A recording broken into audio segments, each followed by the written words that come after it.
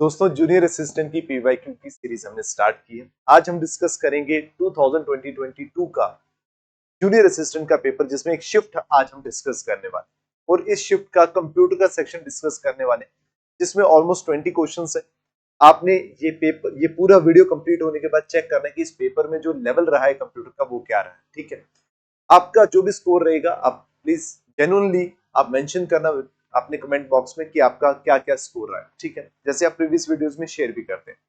और in case अगर आपको ये सीरीज अच्छी लग रही है तो प्लीज वीडियो को लाइक जरूर किया करो, शेयर जरूर किया करो और चैनल को सब्सक्राइब भी करें। चलिए आज की वीडियो स्टार्ट करते हैं।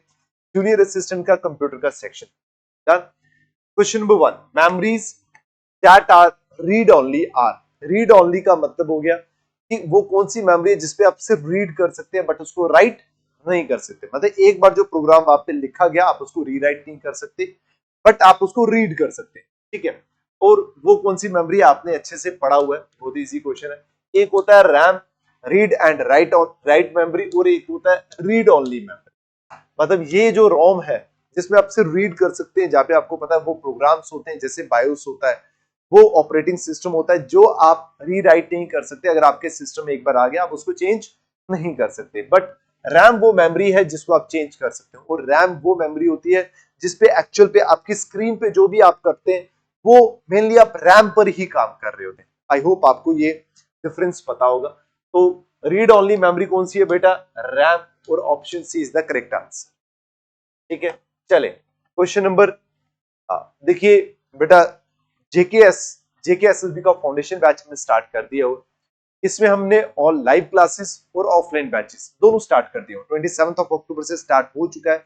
नया बैच जो है वो कमिंग मंडे को स्टार्ट होने वाला है।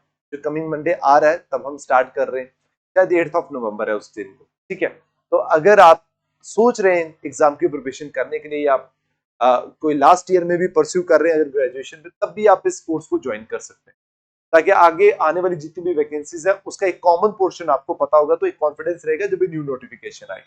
ठीक है, तो डेमो वीडियोस आप लाइव कोर्सेज में भी अवेलेबल है, और ऑफलाइन अगर आते हैं तो ऑफलाइन में भी आपको डेमो वीडियोस, डेमो क्लासेस आपको अवेलेबल रहे। ठीक है बेटा, तो बाकी अगर जो स्टूडेंट्स बाहर के उनके लिए पेजेस भी अवेलेबल है। चलिए क्वेश्चन नंबर 2, बिल्कुल इजी क्वेश्चन है।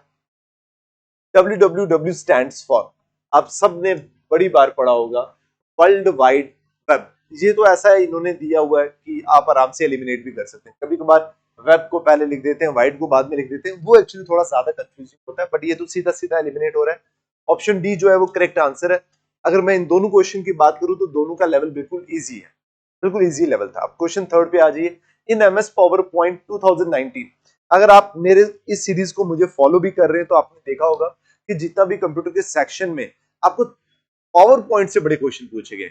इसका मतलब यह है कि अगर आप जूनियर असिस्टेंट का पेपर प्रिपेयर कर रहे हैं तो पावर पॉइंट को जरूर पढ़कर जाइए। ऐसे तो पढ़ना आपने पूरा एमएस ऑफिस है, वर्ड भी पढ़ना है, पावर पॉइंट भी पढ़ना है, एक्सेस भी पढ़ना है, बट थोड़ा शॉर्टकट कीज वगैरह पावर पॉइंट के अच्छे से लर्न करके जाइए। ठीक है, which are the following shortcut keys is used to open the replace dialog box. अब ये वो बॉक्स होता है जिसमें आप, अगर आपने कोई चीज लिखी हुई है, किसी वर्ड को आप रिप्लेस करना चाहते हैं न्यू वर्ड के साथ, तो आप ये ओपन करना है डायलॉग बॉक्स। तो ये कैसे शॉर्टकट की से बेटा ओपन करोगे? कंट्रोल प्लस एच को प्रेस करके। कंट्रोल प्लस एच को जब आप प्रेस करेंगे तो आप आराम से ओपन कर सकते हैं। बाकी बेटा, बाकी जो है उनका अगर आपको पता है मुझे कमेंट में जरूर बताना। अगर इनका बाकी तीनों का shift plus R, control plus R और शिफ्ट प्लस एच, इनका ये किसकी शॉर्टकट कीज है आप जरूर मेंशन करना कमेंट बॉक्स में। ठीक है, चलिए क्वेश्चन ठीक था, क्योंकि अगर मैं बात करूं शॉर्टकट कीज का तो इसका कोई कंसेप्ट नहीं होता। अगर आपने लर्न किया हुआ है या फिर आप यूज करते हैं फ्रीक्वेंटली एमएस एक्सेल या फिर एमएस वर्ड या फिर एसएस पावर पॉइंट कुछ भी, तो आपको शॉर्टकट कीज पता होंगे तो देन ओके। अगर आप नहीं लर्न करते तो ये एक ऐसा क्वेश्चन है जिसमें आप मतलब तुक्का भी नहीं लगा सकते कि ये अच्छा ये शायद ये लग रहा है तो ये होगा, तो वो भी नहीं कर सकते आप। तो आपको पता है तो आएगा, नहीं पता तो एक फैक्चुअल क्वेश्चन है। तो अगर लेवल की बात करें तो ठीक है, सारे जितने भी शॉर्टकट कीज होती है उनका लेवल जो होता है ऑलमोस्ट क्या होता है आपका, मतलब मॉडरेट में ही रहता है। हाँ, उन कीज को छोड़कर जैसे हमें पता है कंट्रोल प्लस सी क्या होता है, कंट्रोल प्लस वी क्या होता है, कंट्रोल प्लस बी क्या होता है, ये हमें बड़े अच्छे से पता होता है। ठीक है, चलिए क्वेश्चन नंबर 4 पे देखते हैं। Processor processor management, memory management, file management, device management are some of the functions of Dreamweaver, Adobe page maker, OS, OS आपको पता है ऑपरेटिंग सिस्टम है यहाँ पे, और फोटोशॉप। अगर जहां पे आपको ऑपरेटिंग सिस्टम आ गया, आपको पता है ऑपरेटिंग सिस्टम जो होता है वो हमारा मेन टूल होता है, पूरे के पूरे मेन प्रोग्राम होता है जिसपे हमारा मोबाइल चलता है, जिसपे हमारा लैपटॉप चलता है। तो ऑपरेटिंग सिस्टम, और ये अगर सारे फंक्शन आप चेक करोगे बेटा, तो ये सारे के सारे फंक्शन बहुत इंपॉर्टेंट फंक्शन है। डिवाइस को कैसे मैनेज करना, प्रोसेसर को कैसे मैनेज करना, और ये सारे के सारे काम जो है ना बेटा, ये कौन करता है? आपका ऑपरेटिंग सिस्टम करता है। बहुत इजी है, मतलब इजी लेवल है, इतना कोई टफ नहीं है ये, ठीक है। चलिए question number 5, the device that can act as both input and output device, जो सेम टाइप पे आपको इनपुट भी देता है और आउटपुट भी देता है। आपको पता है कीबोर्ड सिर्फ इनपुट देता है, प्रिंटर जो हो गया वो भी आउटपुट दे देगा, टच स्क्रीन जो माउस जो है वो इनपुट देता है, बट टच स्क्रीन में क्या रहता है? आप टच करते इनपुट दे रहे, वो आपको डिस्प्ले करके बता रहा आउटपुट। मतलब टच स्क्रीन जो है वो इनपुट और आउटपुट दोनों का काम कर रहा है, इसलिए आपका ऑप्शन सी करेक्ट है। 5 क्वेश्चन बिल्कुल इजी है, टफ नहीं है बिल्कुल भी, ठीक है। जूनियर असिस्टेंट का जो कोर्स ऑलरेडी लॉन्च हो चुका है, रिकॉर्डेड वीडियो चल रही है, डेट भी हमारी वीडियोस अपलोड हो रही है वहां पे। कंप्यूटर का सेक्शन, इंग्लिश का सेक्शन, उसके बाद रीजनिंग हो गया, मैथ्स हो गया, जीएस का कंपोनेंट, सभी कंपोनेंट में हर वीडियोस अपलोड हो रही है डेली। आप जाकर स्टोर पे चेक भी कर सकते हैं, कुछ वीडियोस ओपन भी, आप वो भी देख सकते हैं। अगर आपने अभी तक सब्सक्राइब नहीं किया है तो उसमें अभी डिस्काउंट भी अवेलेबल होगा, आप वो भी जाकर वहां पे एक्सेस कर सकते हो। बेटा कुछ भी अगर डाउट आता है तो आप जो नंबर आपने पहली पीपीटी में देखे उस नंबर पे कॉल करके आप क्वेरी सॉल्व करवा सकते हैं अपना कुछ भी, ठीक है। 1 मिनट जस्ट।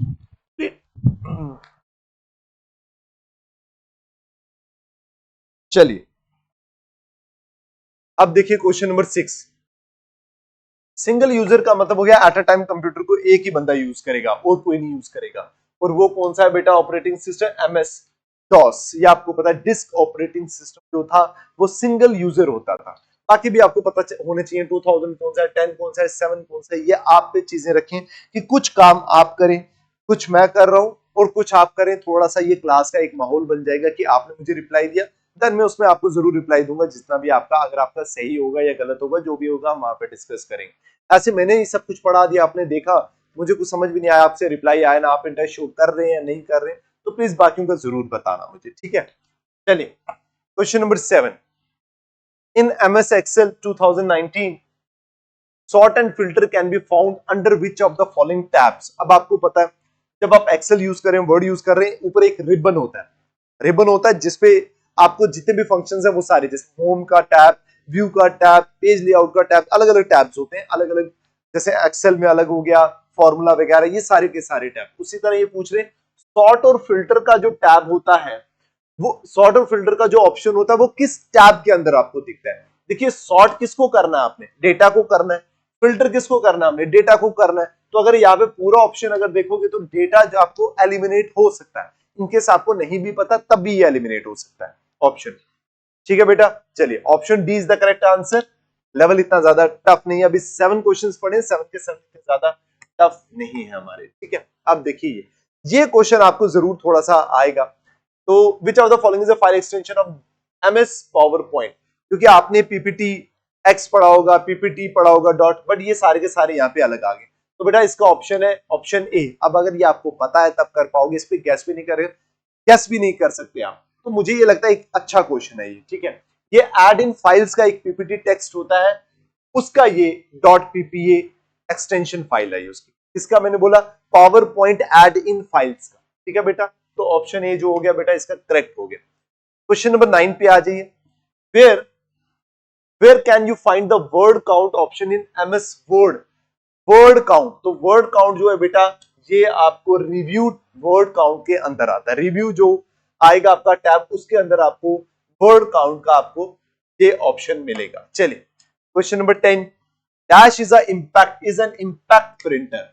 इंपैक्ट प्रिंटर कौन से होते हैं? नॉन इंपैक्ट, ये मैंने शायद आपको लास्ट टाइम हमने डिस्कस भी किया था। इंपैक्ट प्रिंटर वो होते हैं जो डायरेक्ट टच हो जाते हैं, है ना। जैसे आपका पेज है उस पर टच, जब प्रिंट करना है तो उस पर टच होगा, वो इंपैक्ट आ जाएगा। नॉन इंपैक्ट विदाउट टच किए हुए, जैसे लेजर, लेजर में कोई भी चीज पेज के साथ टच नहीं करती, लेजर लाइट्स के थ्रू आराम से वो क्या हो जाता है, प्रिंट हो जाता है, ठीक है। अब अगर आपको ये चीजें पढ़ी होंगी तो आपको जरूर होगा डॉट मैट्रिक्स जो होता है वो हमारा क्या होता है, इंपैक्ट प्रिंटर होता है। ये भी नॉन इंपैक्ट होता है, इंकजेट भी नॉन इंपैक्ट होता है, ये भी नॉन इंपैक्ट होता है, बट डॉट मैट्रिक्स क्या होता है हमारा, इंपैक्ट प्रिंटर होता है, ठीक है।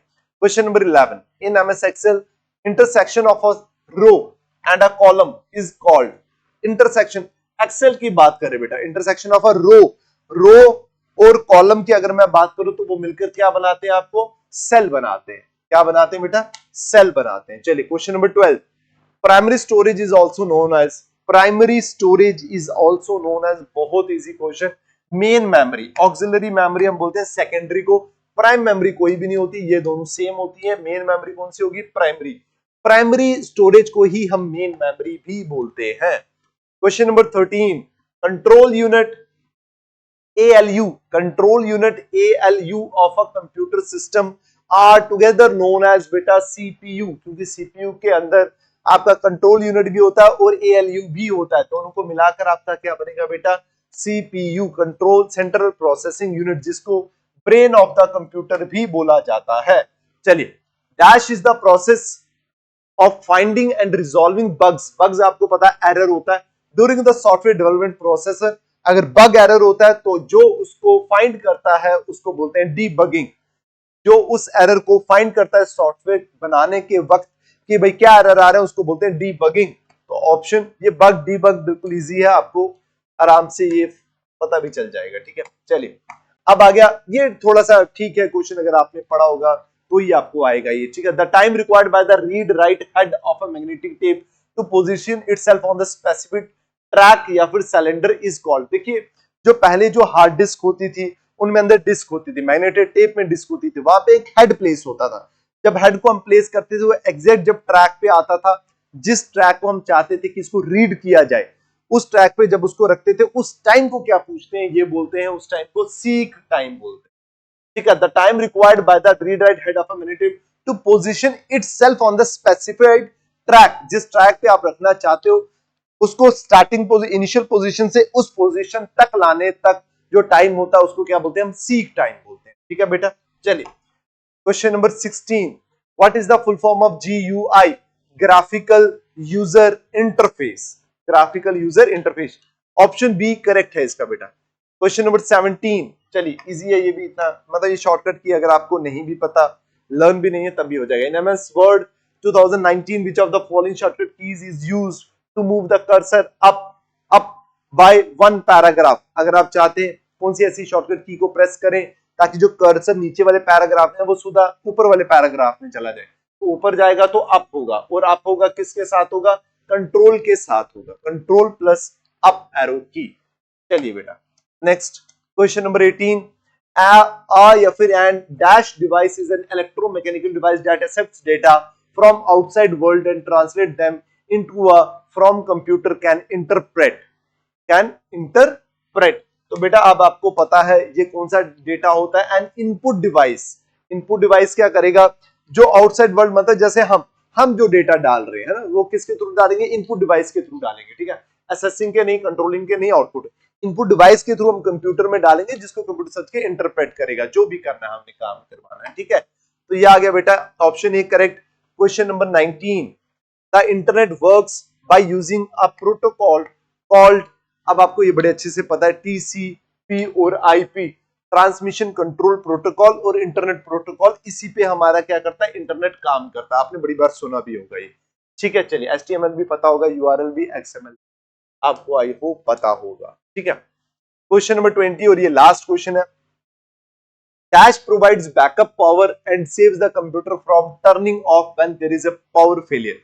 आपने देखा होगा कहीं पे भी, आप में भी शायद आपने घर पे भी लगाया होगा, अगर पावर कट हो जाए तो कभी क्या होता है, फ्लक्चुएशन की वजह से आपका सिस्टम उसी टाइम बंद हो जाता है और आप कोई काम कर रहे होते बिना किसी स्टोर किए हुए, हो सकता है कभी कभार वो सेव ना हो, ठीक है। तो उसके लिए आप क्या करते हैं कि अगर लाइट चली भी जाए लेकिन आपके सिस्टम में थोड़े टाइम के लिए लाइट रहे, पावर सप्लाई दे, ताकि बैकअप रहे आपका पावर का, ताकि आपने जो भी काम कर रहे हैं उसको सेव कर सकें या डेटा मूव कर रहे हैं, जो भी कुछ कर रहे हैं थोड़ा टाइम आपको मिल जाए। तो उसके लिए हम एक यूपीएस लगाते हैं। यूपीएस की फुल फॉर्म क्या होती है, अनइंटरप्टेबल पावर सप्लाई, ठीक है। यूपीएस यूज करते हैं आप, आपको पता होगा, अगर मैं भी शायद तकरीबन सारे ही जानते होंगे यूपीएस हम यूज करते हैं, कि अगर इनकेस लाइट फ्लक्चुएट करती है तो तब भी हम यूपीएस, ताकि हमारा कंप्यूटर शॉर्ट ना हो, उस रीजन से भी हम करते हैं यूपीएस को यूज, ठीक है। तो क्वेश्चन नंबर 20 कंप्लीट हो गए हमारे, डन। तो आज की ये सीरीज जो है वो 2022 का शिफ्ट जो हुआ था 1, उसमें मैंने तीनों कंपोनेंट डिस्कस कर लिए, मैथ्स का भी, रीजनिंग का भी और कंप्यूटर का। ये जनवरी को 24 जनवरी को शिफ्ट 1 में ये डिस्कस हुआ था। अब मैं आपके साथ कल स्टार्ट करूंगा, कल maths, the next day reasoning, the next day computer. ये पढ़ेंगे हम जनवरी 2022 का ही, लेकिन 24 जनवरी की शिफ्ट में शिफ्ट 2 था। ठीक है, आई होप आपको ये सीरीज यूजफुल लग रही होगी, आपको मजा आ रहा होगा इस सीरीज में। एटलीस्ट आपका अगर आप 5-10 मिनट 15 मिनट भी दे रहे हैं तो आपका आराम से पीवाईक्यू भी सॉल्व हो रहे हैं और आपको कहीं ना कहीं कुछ ना कुछ गेन हो रहा होगा। ठीक है, तो मिलते हैं नेक्स्ट वीडियो में। Till then take care, bye bye, thank you so much.